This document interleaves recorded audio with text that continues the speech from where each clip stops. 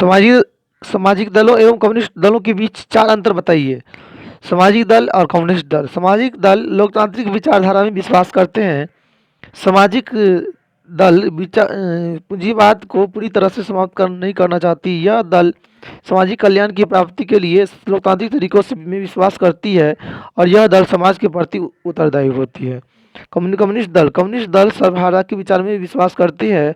यह एक पूंजीवादी को नष्ट करना चाहती है। कम्युनिस्ट दल हिंसक साधनों में अपना तर्क देती है और कम्युनिस्ट दल हिंसा को उग्र करती है। प्रथम 3 चुनाव में एक दलीय प्रभुत्व के कारणों को इंगित कीजिए। भारतीय स्वतंत्रता के बाद कई वर्ष तक हमने अपने देश में एक पार्टी के प्रमुख को देखा था, क्योंकि एक पार्टी के प्रमुख प्रभुत्व के कई कारण थे, जिनमें एक प्रमुख कारण उस समय के जनमत की कमजोरी हुआ करती थी और इसी कमजोरी के कारण इस एक पार्टी प्रभुत्व की स्थापना पाई थी, जिसकी निम्नलिखित विशेषता है। जैसे नव स्वतंत्र भारत में जनमत निर्माण के आधुनिक साधनों की संख्या बहुत कम थी, अतः यही कारण है कि अधिकांश लोगों के द्वारा एक पार्टी को बांट दिए जाते थे। भारत में सशक्त विपक्षी दल नहीं थे और जिनका जनमत निर्माण में अनेक योगदान था, अतः यही कारण है कि प्रथम 3 चुनाव में एक दल के प्रभुत्व की विशेषता उल्लेखनीय थी, क्योंकि इस समय देश में एक पार्टी प्रभुत्व के कायम होने के लिए जनमत की कमजोरी एक महत्वपूर्ण कारण थी।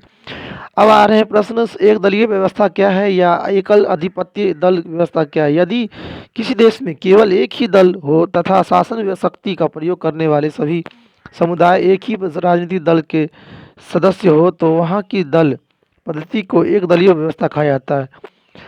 अब भारत के चुनाव आयोग का गठन कब हुआ था तथा इसके चुनाव आयुक्त कौन थे। भारत में चुनाव आयोग का गठन 1950 जनवरी 1950 ईस्वी में हुआ था और इस आयोग के पहले चुनाव आयुक्त का नाम था सुकुमार सेन। अब हम राजनीतिक शास्त्र के अध्याय 1 का कुछ मिसलेनियस प्रश्न पढ़ेंगे और देखेंगे जिस रूप में अन्य बातें के रूप में। 1967 ईस्वी तक भारत में एक दलीय प्रभुत्व का दौर था। भारतीय राष्ट्रीय कांग्रेस ने ब्रिटेन को समाजवादी लोकतांत्रिक को अपनाया था। स्टैनले कोसाने के अनुसार कहा गया था कि स्वतंत्रता के बाद कांग्रेस मात्र पार्टी ही नहीं बल्कि वह सरकार, राज्य, यहाँ तक कि देश जैसी हो गई। भारतीय राजनीतिक दलीय व्यवस्था को बहुदलीय व्यवस्था कहा जाता है।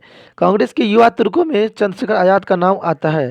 भारतीय राष्ट्रीय कांग्रेस के इंदिरा गांधी ने 2 बार अपनी पार्टी तोड़ी तथा उसकी पुनर्निर्माण करवाया था। भारत में कम्युनिस्ट पार्टी को सत्ता में आने का सर्वप्रथम अवसर 1957 ईस्वी के बाद हुआ था।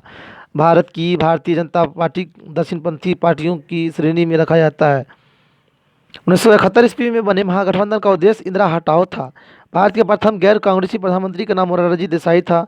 भारतीय राष्ट्रीय कांग्रेस के संस्थापक एओहिम था और जो ईस्ट इंडिया के टकसाल अधिकारी के अध्यक्ष भी थे।